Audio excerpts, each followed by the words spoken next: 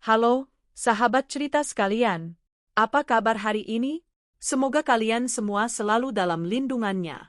Sebelum kita masuk ke dalam kisah yang penuh gejolak ini, saya ingin menyapa kalian semua. Lagi pada nonton dari kota mana nih? Coba absen di kolom komentar ya. Saya penasaran ingin tahu jangkauan cerita kita hari ini. Oh ya, supaya kalian gak ketinggalan kelanjutan kisah yang bakal bikin emosi ini, pastikan kalian sudah tekan tombol subscribe dan nyalakan lonceng notifikasinya. Ya. Dukungan kalian sangat berarti agar channel ini bisa terus berbagi cerita kehidupan yang penuh hikmah dan inspiratif. Dan kalau kalian merasa cerita ini menyentuh hati atau mungkin mengingatkan kalian pada sesuatu yang pernah kalian alami, jangan lupa klik tombol like-nya juga. Ya. Siap mendengarkan?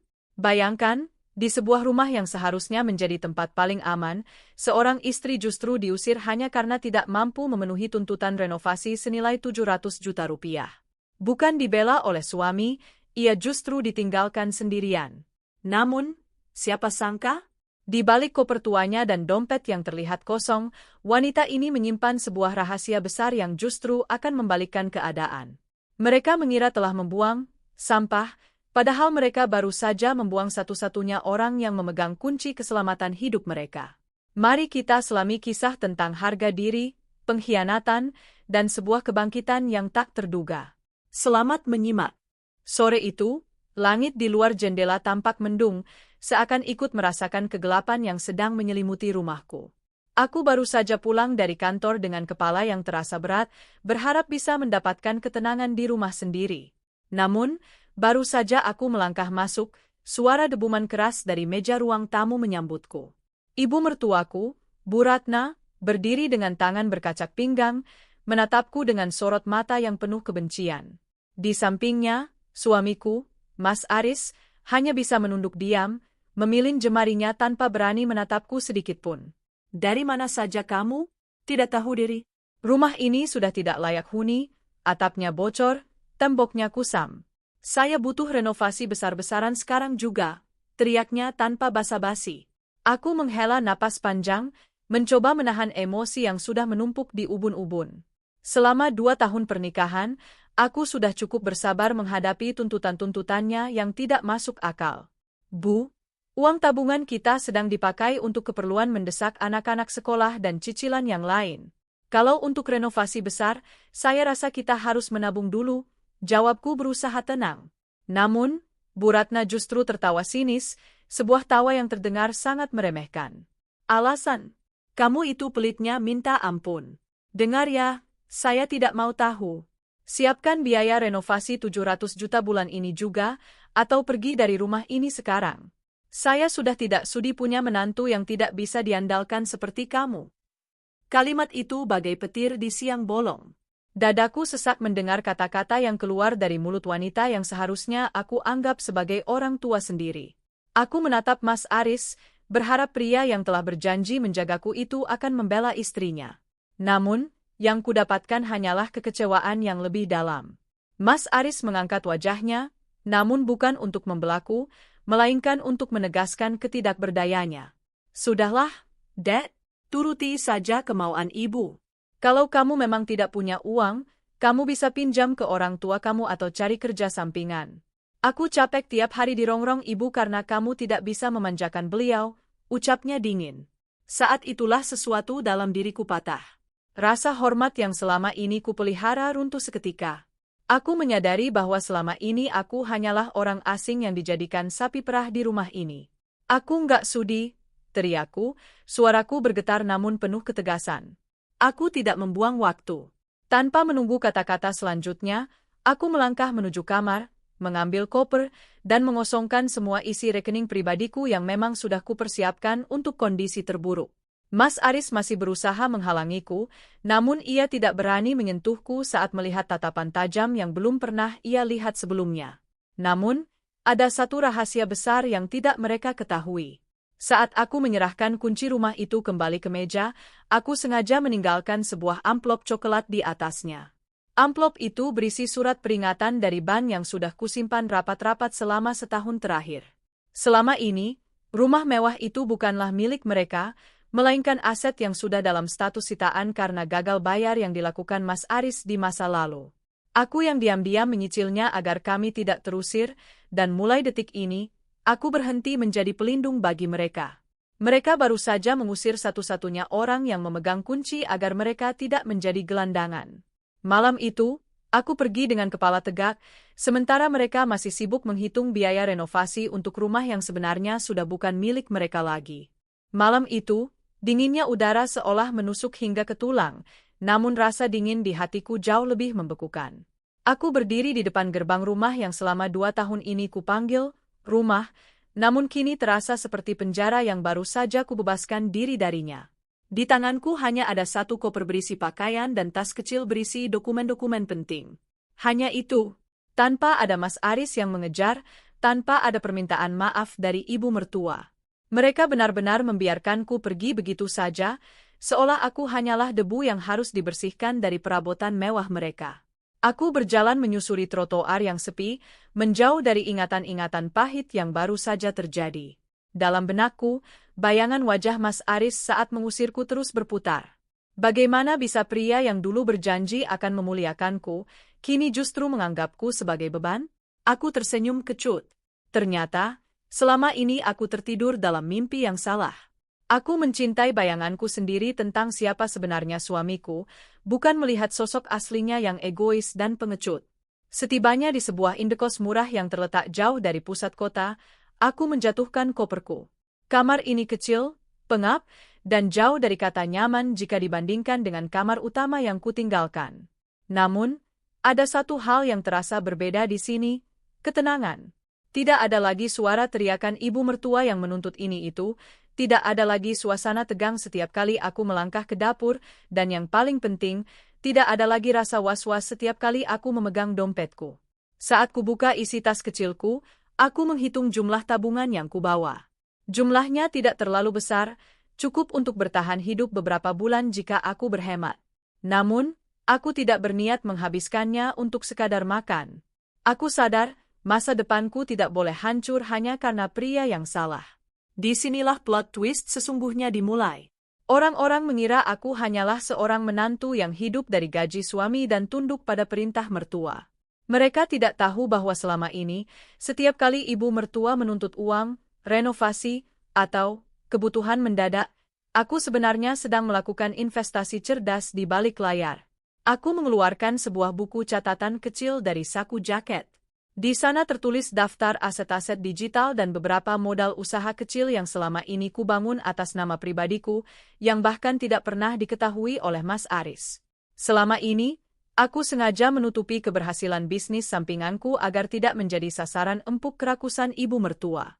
Aku membiarkan mereka berpikir bahwa aku tidak punya apa-apa, agar aku bisa terus membangun kekuatanku secara diam-diam. Malam itu, aku duduk di lantai kamar yang dingin, menatap layar ponselku. Bukan untuk menangisi nasib, melainkan untuk mengaktifkan kembali bisnis yang selama ini kusembunyikan. Aku sudah memiliki rencana cadangan yang matang. Namun, ada sebuah kejutan yang lebih besar yang menunggu di depan. Saat aku membuka aplikasi perbankan digital untuk memindahkan aset, aku melihat saldo yang tidak masuk akal. Bukan tabunganku yang bertambah, melainkan notifikasi transaksi masuk dengan nominal fantastis dari rekening Mas Aris, rekening yang seharusnya sudah kosong. Ternyata, Mas Aris diam-diam telah mengalihkan seluruh aset dan uang hasil penjualan sisa perhiasanku ke rekening pribadiku, mungkin sebagai upaya untuk menyembunyikan uang tersebut dari kejaran debt collector atau mungkin karena dia sendiri bingung harus memindahkan uang panas itu kemana. Dia mengira aku masih wanita bodoh yang bisa diatur, namun dia tidak sadar bahwa dengan memindahkan uang itu ke rekeningku, dia justru memberikan peluru emas bagiku untuk menghancurkan hidupnya secara legal. Kini, aku tidak hanya bebas, aku memegang kendali atas keuangan mereka. Mereka baru saja membuang satu-satunya orang yang bisa menyelamatkan mereka dari kebangkrutan, sekaligus memberikan seluruh amunisi yang kubutuhkan untuk membalas dendam. Aku bukan lagi wanita yang pergi karena dikalahkan, aku adalah pemegang kendali masa depan mereka. 1 minggu berlalu sejak malam aku angkat kaki dari rumah itu. Di kos-kosan yang sederhana ini, aku mulai menjalankan rencanaku dengan tenang. Aku memantau pergerakan Mas Aris dan Bu Ratna melalui akses perbankan yang secara tidak sengaja, atau mungkin karena kepanikan Mas Aris, masih terhubung dengan notifikasi di ponselku. Aku melihat betapa kacaunya mereka. Notifikasi transaksi keluar yang masif setiap hari menunjukkan bahwa Mas Aris sedang berusaha menutupi jejak finansialnya. Namun yang terjadi justru sebaliknya. Dia sedang menggali kuburannya sendiri. Ternyata, tanpa sepengetahuanku selama ini, Mas Aris bukan hanya terjerat hutang renovasi, tetapi dia juga telah meminjam uang dari rentenir ilegal dengan jaminan sertifikat rumah yang bahkan bukan atas namanya, melainkan atas nama orang lain yang ia klaim sebagai miliknya. Itu adalah alasan utama mengapa dia begitu ngotot mendesakku untuk membiayai renovasi. Dia ingin mempercantik rumah itu agar bisa dijual dengan harga tinggi secepat mungkin sebelum para penagih hutang mencium keberadaannya. Di sisi lain, Bu Ratna mulai merasakan dampak nyata dari kepergianku. Selama ini, akulah yang diam-diam membayar tagihan listrik, air, internet, hingga gaji asisten rumah tangga yang mereka pakai. Sekarang, satu persatu layanan tersebut diputus. Aku bisa membayangkan kekacauan di rumah itu. Listrik yang mati, air yang tidak mengalir, dan tumpukan sampah yang membusuk karena asisten rumah tangga berhenti bekerja lantaran gajinya tidak dibayar. Mereka mulai menyalahkan satu sama lain. Melalui rekaman suara yang tak sengaja terekam di aplikasi Smart Home yang masih tertaut di ponselku, aku mendengar perdebatan sengit. Kamu sih, Aris, kenapa harus mengusir dia? Sekarang siapa yang mau bayar cicilan? Siapa yang mau kasih uang makan kita? Teriak Bu Ratna dengan nada melengking yang familiar. Ibu yang suruh. Ibu yang bilang dia menantu tidak berguna. Lagi pula, aku pikir dia akan memohon kembali setelah 2 hari pergi. Ternyata dia malah menghilang bagai ditelan bumi, balas Mas Aris dengan suara frustrasi. Mendengar itu, aku hanya tersenyum tipis. Mereka mengira aku akan memohon untuk kembali? Betapa naifnya mereka. Mereka menganggap kehadiranku selama ini hanyalah pelengkap, padahal akulah fondasi yang menahan robohnya rumah tangga mereka yang rapuh. Namun, plot twist yang sesungguhnya muncul saat aku memeriksa mutasi rekening tersebut lebih dalam. Aku menemukan sebuah transaksi besar yang mencurigakan. Uang yang kupikir adalah sisa tabunganku yang dipindahkan Mas Aris, ternyata adalah uang komisi dari sebuah transaksi properti ilegal yang melibatkan nama adik iparku, adik kesayangan Bu Ratna. Ternyata, uang 700 juta yang mereka tuntut dariku bukan untuk renovasi, melainkan uang suap yang harus dikembalikan kepada pihak ketiga karena transaksi properti tersebut gagal. Mereka menjebakku, menjadikan aku kambing hitam untuk menutupi kesalahan fatal adik iparku. Mas Aris tidak sekadar pengecut, dia adalah bagian dari sindikat yang kini sedang dikejar oleh pihak berwajib. Aku bukan lagi sekadar istri yang teraniaya, aku kini memegang bukti yang bisa membuat mereka semua meringkuk di balik jeruji besi. Aku menutup layar ponselku dengan napas yang teratur. Permainan baru saja dimulai, dan kali ini, pion-pion mereka sudah ada dalam genggamanku sepenuhnya. Mereka pikir mereka mengusirku, padahal mereka sedang menghancurkan perlindungan terakhir yang mereka miliki. Kehidupan di perantauan kecilku mulai membuahkan hasil. Bisnis digital yang kukelola dari balik layar laptop di kos-kosan ini, sebuah agensi pemasaran kreatif untuk produk-produk kecantikan lokal, akhirnya mendapatkan klien besar pertamanya. Keberhasilan ini memberiku rasa percaya diri yang sudah lama terkubur. Namun, takdir rupanya belum berhenti mempermainkanku. Di tengah kesibukanku menyiapkan presentasi untuk klien baru, sebuah undangan makan siang eksklusif untuk para pengusaha muda datang ke emailku. Awalnya aku ragu, namun saat melihat nama perusahaan yang menjadi sponsor utama, jantungku berdegup kencang. Itu adalah perusahaan milik Pak Baskoro, seorang kolega lama mendiang ayahku yang dulu sangat disegani. Aku memutuskan untuk hadir. Dengan penampilan yang jauh lebih elegan dan profesional dibandingkan saat aku masih menjadi pembantu di rumah Mas Aris, aku melangkah percaya diri ke ballroom hotel berbintang itu. Di sana, aku bertemu dengan Pak Baskoro. Beliau menyambutku dengan hangat, bahkan mengenalkanku pada jajaran direksi sebagai sosok muda yang inovatif. Namun, di saat aku sedang berbincang dengan beliau, pandanganku terhenti pada sosok yang baru saja masuk ke ruangan tersebut dengan wajah pucat pasi. Itu adalah Mas Aris. Dia tidak sendirian, dia datang bersama adik iparku. Rupanya, mereka sedang berusaha memohon kerjasama dengan perusahaan Pak Baskoro untuk menyelamatkan bisnis keluarga mereka yang sedang di ujung tanduk. Mata Mas Aris membelalak saat melihatku berdiri di samping Pak Baskoro, tertawa renyah, dan tampak sangat dihormati. Dia tampak sangat terkejut, seolah melihat hantu. Dia tidak menyangka bahwa wanita yang dia usir dengan hina justru berdiri di posisi yang jauh lebih tinggi daripada dirinya. Plot twist pun terjadi di tengah pertemuan itu. Mas Aris, yang mungkin merasa panik karena posisinya terancam, mencoba melangkah ke arah kami dengan niat untuk memprovokasi atau mungkin memohon bantuan secara terselubung. Namun, sebelum dia sempat berbicara, Pak Baskoro justru memanggilnya. "Ah, Tuan Aris, kebetulan sekali. Saya sudah mendengar banyak hal tentang Anda dari orang-orang di luar sana. Namun, saat ini kami sedang menjalin kerjasama eksklusif dengan agensi milik ibu ini," ucap Pak Baskoro sambil menunjuk ke arahku. Wajah Mas Aris berubah warna. Dia tidak tahu bahwa klien besar yang sedang digadang-gadang oleh perusahaan Pak Baskoro adalah aku. Di depan puluhan pengusaha sukses lainnya, Mas Aris mati kutu. Dia tidak bisa menghinaku seperti dulu, karena statusku sekarang adalah mitra strategis dari orang yang dia jadikan tempat bergantung. Dia benar-benar terperangkap dalam skenario yang dia buat sendiri. Aku hanya menatapnya dengan tatapan tenang, tanpa dendam yang meledak-ledak, namun cukup tajam untuk mengingatkannya siapa yang sebenarnya memegang kendali. Adik iparku pun hanya bisa menunduk malu, menyadari bahwa taktik mereka untuk menjatuhkanku telah membalikkan keadaan 180 derajat. Pertemuan ini bukan sekadar reuni yang canggung, melainkan pengumuman kepada dunia bahwa sang menantu yang tidak berguna ini telah bangkit menjadi lawan yang tidak akan bisa mereka kalahkan lagi. Pertemuan di hotel itu bagaikan bumerang yang menghantam tepat di jantung pertahanan Mas Aris. Sejak hari itu, ia tidak lagi memiliki ketenangan. Seolah tersadar bahwa posisinya sebagai pria yang berkuasa di rumah tangga telah hilang sepenuhnya, Mas Aris mulai melakukan tindakan nekat. Ponselku mulai dibanjiri pesan singkat dan panggilan tak terjawab darinya.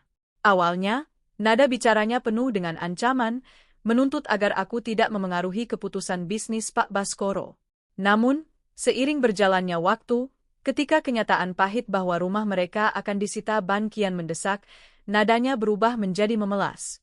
Setiap malam, aku melihat notifikasi di aplikasi perbankan yang masih terhubung.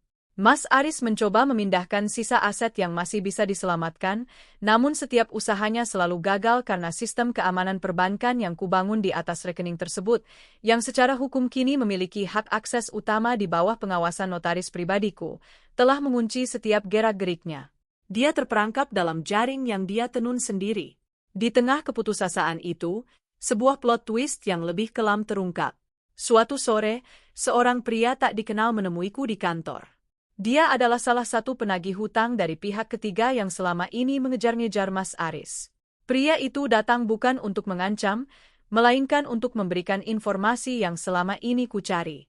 Dia menyerahkan sebuah map berisi bukti rekaman percakapan antara Bu Ratna dan adik iparku. Ternyata, alasan mengapa Mas Aris begitu terobsesi dengan uang renovasi 700 juta bukan sekadar untuk judi atau gaya hidup. Mereka, ibu dan adik iparku, telah menjalankan skema penipuan Ponzi dengan menggunakan nama Mas Aris sebagai tameng. Mereka menjanjikan investasi bodong kepada kerabat-kerabat jauh dengan jaminan rumah tersebut. Mas Aris tahu akan hal ini, namun dia memilih untuk tetap diam dan mengorbankan aku, istrinya, agar bisa terus menutupi lubang hutang yang kian membesar. Dia membiarkanku menjadi sasaran empuk karena dia tahu aku memiliki integritas untuk membayar hutang-hutang mereka demi menjaga nama baik keluarga.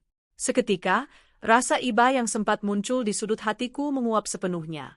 Aku tidak lagi melihat Mas Aris sebagai pria yang tersesat, melainkan sebagai kaki tangan yang sama kejinya dengan ibunya. Dia mencoba menghubungiku kembali, kali ini dengan suara serak yang seolah menahan tangis. "Dek, tolong aku, bank akan menyita rumah besok. Ibu sakit karena stres, dan aku sudah tidak punya jalan keluar. Kamu satu-satunya orang yang bisa menolong kami sekarang." Aku tersenyum dingin menatap layar ponsel yang menyala. Dia tidak meminta maaf atas pengusiran yang dia lakukan, dia tidak mengakui kesalahannya, dia hanya membutuhkan pahlawan lagi untuk menyelamatkan pantatnya dari masalah. Dengan tenang, aku membalas pesannya hanya dengan satu kalimat, "Rumah itu bukan lagi urusanku, Aris. Selamat menikmati hasil dari apa yang sudah kalian bangun sendiri." Aku meletakkan ponselku, menarik napas lega. Aku sudah lepas dari jeratan mereka, dan kini, saatnya membiarkan hukum dan konsekuensi melakukan sisanya. Kejatuhan mereka bukan lagi rencanaku, melainkan takdir yang memang layak mereka terima. Ketegangan di rumah mewah itu kini mencapai puncaknya. Dari jarak jauh, melalui jaringan informasi yang kubangun, aku mendapatkan akses ke sebuah dokumen rahasia yang selama ini disembunyikan oleh Bu Ratna di dalam brankas pribadinya. Selama ini, aku dan Mas Aris selalu didoktrin bahwa keluarga kami adalah keluarga yang terhormat dan memiliki sejarah bisnis yang mapan. Namun, kenyataannya jauh lebih mengerikan dari sekadar hutang atau penipuan investasi. Dokumen tersebut adalah surat perjanjian lama yang tertanggal 20 tahun lalu. Di sana terungkap bahwa rumah yang mereka tinggali, rumah yang mereka banggakan dan menjadi simbol status sosial mereka, bukanlah properti yang dibeli dengan kerja keras. Itu adalah rumah sitaan yang mereka tempati secara ilegal dengan cara memanipulasi identitas pemilik aslinya. Pemilik asli rumah itu adalah mendiang ayahku, yang dulu pernah ditipu oleh rekan bisnisnya sendiri, yang tidak lain adalah mendiang ayah Mas Aris. Aku terpaku di depan layar laptop. Seluruh puzzle yang selama ini membingungkan mulai tersusun rapi. Alasan mengapa Bu Ratna begitu membenciku meski aku adalah menantu yang penurut, ternyata karena dia tahu bahwa aku adalah putri dari orang yang telah mereka hancurkan hidupnya. Dia tidak hanya menginginkan uangku. Dia ingin memastikan bahwa keluarga kami tidak akan pernah bangkit kembali, karena jika aku tahu kebenarannya, aku memiliki hak hukum untuk menuntut kembali segalanya. Plot twist yang lebih mengejutkan muncul saat aku membaca lampiran di balik surat perjanjian tersebut. Bu Ratna ternyata memiliki seorang anak lain, bukan Mas Aris, yang selama ini disembunyikan keberadaannya di luar negeri. Anak ini adalah pihak yang sebenarnya menerima aliran dana dari investasi bodong yang dilakukan Bu Ratna dan adik iparku. Mas Aris hanyalah tumbal. Dia sengaja dibiarkan menjadi orang yang menanggung semua hutang dan risiko hukum, sementara aset-aset hasil penipuan tersebut diam-diam dialihkan kepada anak kesayangan Bu Ratna yang berada di luar negeri. Mas Aris tidak pernah benar-benar dicintai oleh ibunya. Dia hanyalah sebuah instrumen, sebuah pion yang disiapkan untuk dibuang ketika situasi menjadi terlalu panas. Di saat dia sedang sibuk mencoba menghubungiku untuk meminta pertolongan, ibunya sendiri sedang sibuk menyiapkan dokumen pelarian untuk dirinya dan anak kesayangannya. Aku bisa merasakan rasa sakit yang mungkin akan dirasakan Mas Aris saat dia mengetahui fakta ini. Tapi, apakah aku harus kasihan padanya? Pria yang telah mengusirku dengan begitu kejam, yang mendukung ibunya menghinaku, ternyata hanyalah orang bodoh yang dikhianati oleh darah dagingnya sendiri. Aku tidak merasa perlu untuk memberitahunya sekarang. Aku membiarkan drama itu berjalan. Biarkan Mas Aris merasakan bagaimana rasanya dikhianati oleh orang yang selama ini dia bela mati-matian, tepat di saat dia tidak memiliki siapapun lagi untuk dijadikan sandaran. Aku menutup dokumen itu, merasa seolah beban besar di pundakku terangkat. Sekarang, aku bukan lagi pihak yang kalah. Aku adalah saksi dari kehancuran mereka yang sedang menghitung detik menuju keruntuhan total. Dan yang paling manis dari semuanya, kunci untuk memulihkan kehormatan ayahku kini ada di tanganku, bukan lagi di tangan Bu Ratna. Hari itu, suasana di kantor pusat agensi pemasaranku sedang sangat sibuk. Kami tengah mempersiapkan peluncuran kampanye besar untuk klien korporat yang akan mengubah peta industri kreatif tahun ini. Di tengah keriuhan itu, resepsionis menghubungiku melalui interkom, suaranya terdengar ragu. Bu, ada seseorang yang memaksa ingin bertemu. Dia mengaku sebagai suami ibu. Dia membuat keributan di lobi. Aku menarik napas panjang. Mas Aris tidak pernah berhenti membuat kejutan yang memuaskan egonya. Aku melangkah keluar dari ruang kerja menuju lobi utama, tempat Mas Aris berdiri dengan pakaian yang tampak kusut, jauh dari kesan pria mapan yang dulu ia pamerkan. Di belakangnya, beberapa satpam tampak berjaga dengan wajah waspada. Saat melihatku muncul, Mas Aris langsung menunjuk ke arahku dengan jari yang gemetar. Kamu? Ini semua pasti ulah kamu, kan? Pak Baskoro membatalkan kontrak kerjasama dengan perusahaanku karena dia bilang sudah punya mitra eksklusif. Dan mitra itu kamu. Aku tidak menjawab, hanya berdiri tegak dengan tangan terlipat di dada. Aku tidak punya waktu untuk drama kamu, Aris. Ini kantor, bukan panggung sandiwara keluarga kalian, ucapku tenang. Namun, dia semakin menjadi-jadi. Kamu pasti yang membocorkan rahasia tentang hutang-hutang itu pada investor, Kan? Kamu ingin menghancurkanku. Kamu wanita jahat yang membalas dendam setelah aku buang, teriaknya. Pengunjung lobi dan karyawan mulai berbisik-bisik, merekam kejadian itu dengan ponsel mereka. Disinilah plot twist itu terjadi. Aku mengeluarkan sebuah dokumen dari tas kerjaku, bukan surat gugatan cerai, melainkan dokumen hak kepemilikan atas rumah yang selama ini mereka tempati. Aris, dengarkan baik-baik. Aku tidak perlu repot-repot membocorkan apapun, karena kebusukan kalian sudah tercium sendiri oleh semua orang. Dan soal rumah itu, kamu salah besar jika mengira aku masih membiayai cicilannya. Sertifikat rumah itu sudah disita oleh bank karena ketidakmampuan kalian membayar, dan tahu siapa yang memenangkan lelangnya pagi tadi. Mas Aris terdiam, wajahnya berubah pucat pasi. Aku, lanjutku dengan nada rendah namun tajam. Aku yang membeli rumah itu dari pihak bank melalui lelang resmi. Jadi, secara hukum, kamu dan ibumu sekarang adalah penghuni ilegal di properti milikku. Suasana lobi seketika hening. Mas Aris tampak seperti baru saja ditampar oleh kenyataan yang paling telak. Dia tidak hanya kehilangan bisnis, dia baru saja kehilangan satu-satunya tempat berlindung yang dia banggakan. Dia mencoba menerjangku, namun satpam dengan sigap menahannya. Usir dia, perintahku singkat kepada pihak keamanan. Saat mereka menyeretnya keluar, aku melihat adik iparku muncul dari pintu masuk, membawa kabar yang lebih mengerikan bagi Mas Aris. Mas, ibu ditangkap polisi. Ada laporan masuk soal penipuan investasi bodong, dan polisi menyita semua aset yang tersisa di rumah. Mas Aris jatuh terduduk di lantai lobi, hancur oleh kebenaran yang baru saja ia terima. Aku kembali berbalik menuju ruang kerjaku tanpa menoleh sedikit pun. Permainan mereka sudah selesai. Mereka kalah bukan oleh tanganku, tapi oleh keserakahan mereka sendiri. Kini, giliran mereka merasakan bagaimana rasanya diusir tanpa membawa apapun. Hari-hari setelah konfrontasi di lobi kantor berlalu dengan sangat cepat, namun bagi keluarga Bu Ratna, waktu seolah berhenti di ambang kehancuran. Aku memantau situasi dari kejauhan melalui laporan dari pihak pengacara yang mengurus eksekusi rumah tersebut.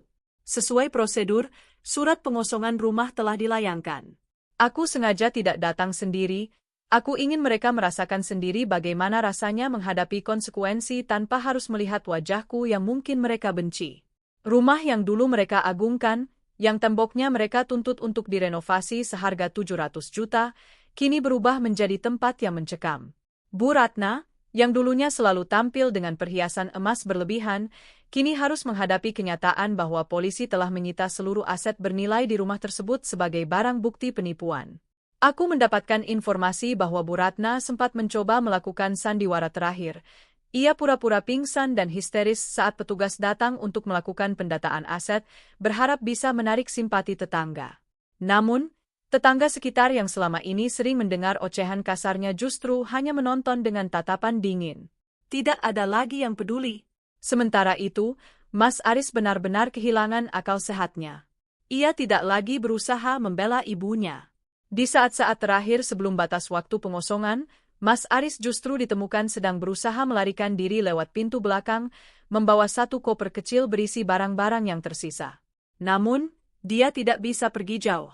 Di luar gerbang, para korban investasi bodong yang dikelola ibunya sudah menunggu. Mereka marah, menuntut ganti rugi yang tidak mungkin bisa dipenuhi lagi oleh keluarga itu. Plot twist yang lebih memuakkan muncul saat aku menerima panggilan dari pihak kepolisian. Rupanya, di tengah kejatuhan itu, Bu Ratna mencoba memberikan kesaksian palsu.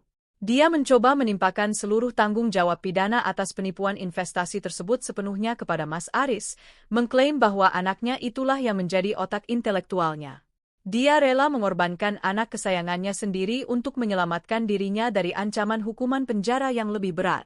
Aku terduduk di kursi kerjaku, menatap keluar jendela gedung tinggi ini. Betapa ironisnya hidup.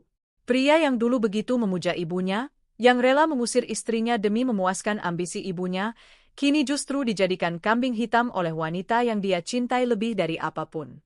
Mas Aris kini berada dalam posisi yang sangat terjepit. Dia dikejar oleh para korban yang menuntut keadilan, dan dia dikhianati oleh ibu yang dia bela. Aku mengambil keputusan besar hari itu. Aku menghubungi pengacaraku dan memberikan instruksi khusus. Aku tidak akan mencabut tuntutan atas kepemilikan rumah tersebut, namun aku akan memberikan penawaran terakhir kepada Mas Aris melalui jalur hukum. Jika dia mau mengakui semua kejahatan ibunya secara tertulis dan memberikan kesaksian jujur di depan penyidik mengenai skema penipuan tersebut, aku akan membiayai pengacara untuk membantunya mendapatkan keringanan hukuman. Ini bukan karena aku kasihan padanya, melainkan karena aku ingin memastikan Bu Ratna menerima ganjaran yang setimpal atas semua kejahatannya di masa lalu. Permainan ini sudah mencapai babak final, di mana loyalitas buta Mas Aris diuji dengan pengkhianatan yang paling menyakitkan. Mereka kini benar-benar jatuh miskin, bukan hanya secara finansial, tapi juga kehilangan harga diri di depan hukum dan masyarakat. Keadaan kini berbalik 180 derajat. Mas Aris, yang dulu berdiri angkuh di depan pintu rumah sambil mengusirku, kini tertangkap kamera sedang memohon-mohon di depan kantor pengacaraku. Dia terlihat jauh lebih tua, pakaiannya kusut, dan sorot matanya yang dulu penuh kesombongan kini hanya menyisakan keputusasaan yang kelam. Dia tidak punya tempat untuk pulang. Rumah itu kini sudah sepenuhnya dalam penguasaan hukum atas namaku, dan ibunya, Bu Ratna, telah resmi ditahan di balik jeruji besi setelah terbukti melakukan tindak pidana penipuan besar-besaran. Pengacaraku menghubungiku, menyampaikan pesan bahwa Aris ingin bertemu secara pribadi. Dia mengaku memiliki satu rahasia terakhir yang bisa mengubah segalanya, sebuah rahasia yang ia klaim bisa membersihkan nama mendiang ayahku yang dulu difitnah oleh keluarga mereka. Aku sempat ragu, apakah ini jebakan baru? Atau apakah dia benar-benar sudah mencapai titik nadir kesadaran? Aku memutuskan untuk menemuinya di ruang pertemuan sebuah kafe terpencil, jauh dari sorotan media. Saat dia melihatku datang dengan penampilan yang jauh lebih sukses dan stabil, Aris tampak sangat terpukul. Dia tidak memohon untuk kembali sebagai suami, dia memohon untuk dimaafkan sebagai manusia. Namun, di tengah pembicaraan, dia memberikan sebuah pengakuan yang membuat nafasku tertahan. Aku tahu siapa sebenarnya yang membunuh bisnis ayahmu dulu, ucapnya lirih. Ternyata, bukan hanya ayah Aris yang terlibat, tapi ada pihak ketiga, sebuah konglomerasi properti besar yang saat ini justru menjadi investor utama di proyek-proyek yang sedang aku kerjakan. Jika aku melanjutkan rencanaku untuk menghancurkan keluarga Aris sampai ke akar-akarnya, aku juga secara tidak langsung akan menghancurkan karirku sendiri karena melibatkan nama besar di balik pendanaan proyekku. Ini adalah plot twist yang paling menyiksa. Aris memberiku sebuah pilihan dilematis. Jika aku menuntut kebenaran tentang kehancuran ayahku, aku harus membongkar skandal besar yang akan menarik investor-investorku ke dalam lubang hukum. Artinya, aku harus kehilangan agensi yang kubangun dengan susah payah selama ini. Aris tersenyum pahit, kamu sekarang punya kuasa, tapi apakah kamu punya keberanian untuk melepaskan segalanya demi membalaskan dendam ayahmu? Aku terdiam cukup lama. Selama ini, aku berjuang untuk membuktikan diri bahwa aku bisa berdiri sendiri, bahwa aku lebih dari sekadar menantu yang bisa diinjak-injak. Namun, apakah aku sanggup mengorbankan masa depanku hanya untuk melihat Bu Ratna dan komplotannya membusuk lebih dalam di penjara? Aris menatapku, menanti jawaban. Di dalam hatiku, pertarungan antara dendam yang murni dan ambisi yang telah kurajut begitu rapi pecah. Aku sadar, memaafkan bukan berarti memberi mereka kemenangan, tapi melepaskan diri dari racun yang mereka tanam. Namun, mampukah aku memaafkan seseorang yang telah merampas segalanya, termasuk masa kecilku yang indah bersama mendiang ayah? Malam itu, aku pulang dengan kebimbangan yang hebat, sementara Aris ditinggalkan dengan pilihan yang jauh lebih sederhana, terus hidup dalam kehancuran, atau mati dalam kejujuran. Keputusan itu akhirnya bulat. Aku tidak memilih antara dendam atau ambisi, melainkan memilih jalan yang tidak pernah terpikirkan oleh mereka. Di ruang sidang pengadilan yang dingin, di mana kasus penipuan Bu Ratna disidangkan, aku berdiri sebagai saksi kunci. Namun, alih-alih menuntut kehancuran investor yang terlibat, aku menggunakan dokumen-dokumen yang diberikan Aris, termasuk bukti manipulasi masa lalu, sebagai alat negosiasi untuk memaksa konglomerasi besar itu melakukan restitusi kepada para korban penipuan investasi, termasuk keluarga yang dulu tertipu oleh ibu mertuaku. Aris menatapku dari kursi terdakwa dengan pandangan tak percaya. Dia mengira aku akan menghancurkan segalanya, namun aku justru menggunakan kekuatanku untuk memperbaiki kerusakan yang ia dan ibunya sebabkan. Setelah vonis dijatuhkan, Bu Ratna dan adik iparnya harus mendekam belasan tahun di penjara. Aku menyelesaikan langkah terakhir dari rencanaku. Aku benar-benar membeli rumah yang dulu mereka tinggali melalui lelang bank. Namun, alih-alih merenovasinya untuk tempat tinggal mewah atau menjualnya kembali dengan harga tinggi, aku merombatnya total. Pagar tinggi yang dulu membatasi rumah itu dihancurkan, tembok-tembok yang dulu menjadi saksi teriakan dan tuntutan renovasi 700 juta itu diruntuhkan. Aku mengubah rumah itu menjadi sebuah pusat pemberdayaan perempuan dan tempat perlindungan bagi mereka yang mengalami kekerasan dalam rumah tangga atau eksploitasi ekonomi. Di sana, aku mendirikan sebuah yayasan kecil yang fokus memberikan pelatihan keterampilan bagi ibu-ibu agar mereka bisa mandiri secara finansial. Aku menamai tempat itu Rumah Harapan Baru. Di hari pembukaan, Aris, yang kini sedang menjalani hukuman sosial sebelum masa percobaan berakhir, datang menemuiku. Dia tidak lagi memohon kembali. Dia hanya berdiri di depan pintu rumah itu, menatap papan nama yang terpasang di depan bangunan yang dulu ia klaim sebagai miliknya. "Kamu benar-benar melakukannya," bisiknya pelan. "Kamu tidak membalas kami dengan kehancuran, tapi dengan membangun sesuatu yang tidak akan pernah bisa kami bayangkan." Disitulah plot twist sesungguhnya terjadi. Aris menyerahkan sebuah kotak kecil berisi kunci brankas lama milik ibunya yang sempat disembunyikan. Dia memberitahuku bahwa di dalamnya terdapat dokumen asli tanah tersebut yang selama ini sengaja dihilangkan oleh ibunya untuk menutupi bukti kejahatan masa lalu ayahku. Dengan dokumen ini, secara hukum, tanah tersebut kini sah sepenuhnya menjadi milik yayasanku, tanpa perlu lagi bayang-bayang sengketa hukum di masa depan.